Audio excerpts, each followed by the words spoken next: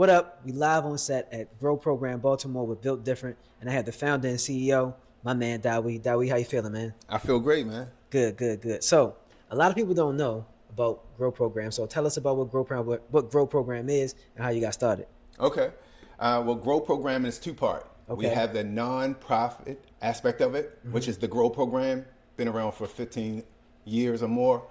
And now from coming from a background of mentoring and community work, it was a natural progression to get into the psych side of things. So then we started Grow Community Care, which is mental health and behavioral health. 15 years, that's a long time in business and entrepreneurship. We talk about business all the time. We're built different. So if somebody has a business and they want to stay around for 10, 15 years, what are some of the things that you use to stay in business for a while, or the frameworks, things that you think about that's consistent so you can stay in business as long as you want to?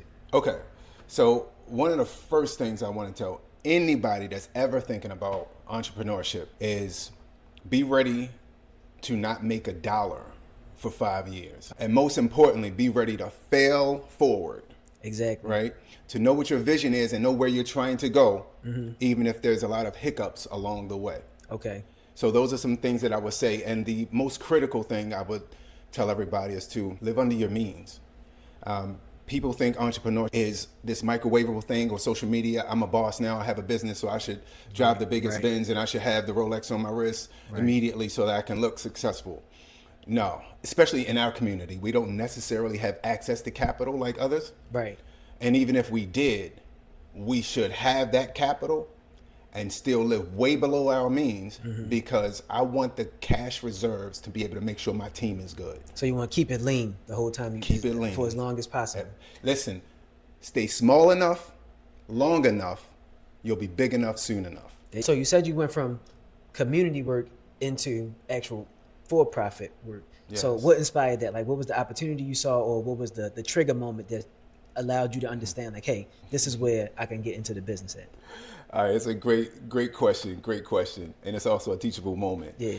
I talk to a lot of people, and they want to help, and I love the fact that there's so many people that want to do community work now. Yeah. Great, but they start the conversation off with, "How can I get a grant?" Right? And I tell them that might not be the best path to go down because, make no mistake, a grant is great if you can get them, right? But here's some of the challenges. You become a professional beggar, whereas you're doing that more than you're actually doing the work, right? Right. And then the other thing is when people give you money, they can determine your direction. And sometimes that takes you away from your vision and your goal. And also, they have sunsets. So if you get a grant, it's going to run out at some point. And then what you going to do? Right. So to answer your question, I learned that early on. So I said, I need to create businesses that sustain the programs. So what you're saying is you starting with the grant, you're speaking towards the nonprofit side, the charitable side. So you had started there and you realized, I don't want to keep asking for money. Let me build businesses that can sustain where my heart is. Right? I might not get paid for that, but I can still contribute. And I got you. I got you. Yes. Got you.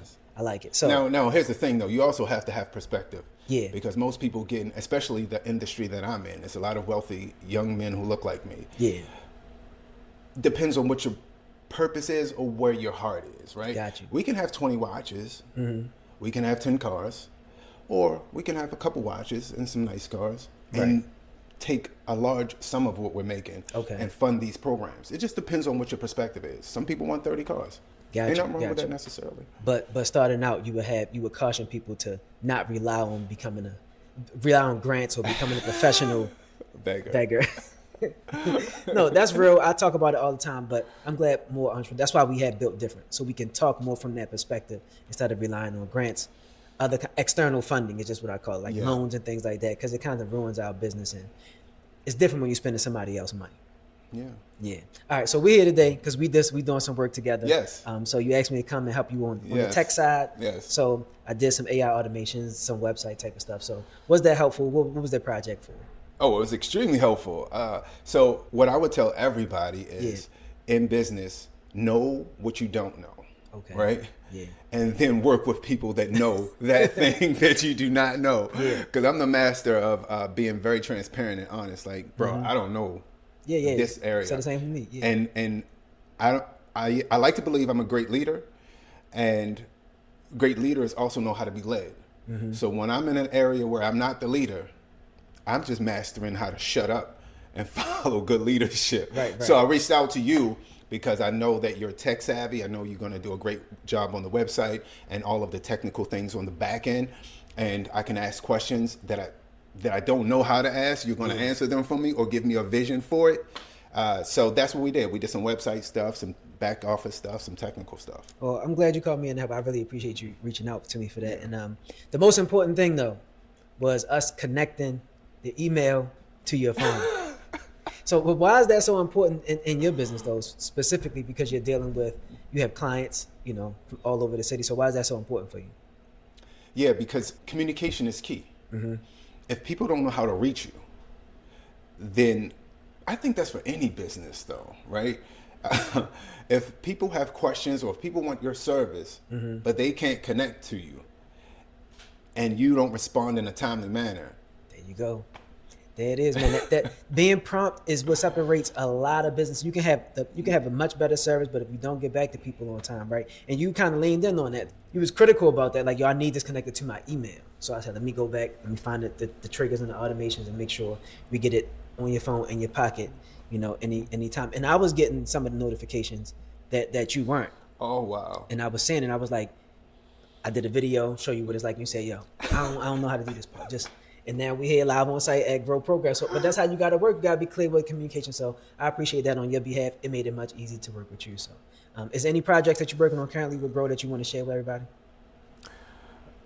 We're about to work on ArtTaste again, and I'm actually going to reach out to you about that. So ArtTaste is our annual event that brings together an art exhibition, culinary experience, fashion, and philanthropy. Okay.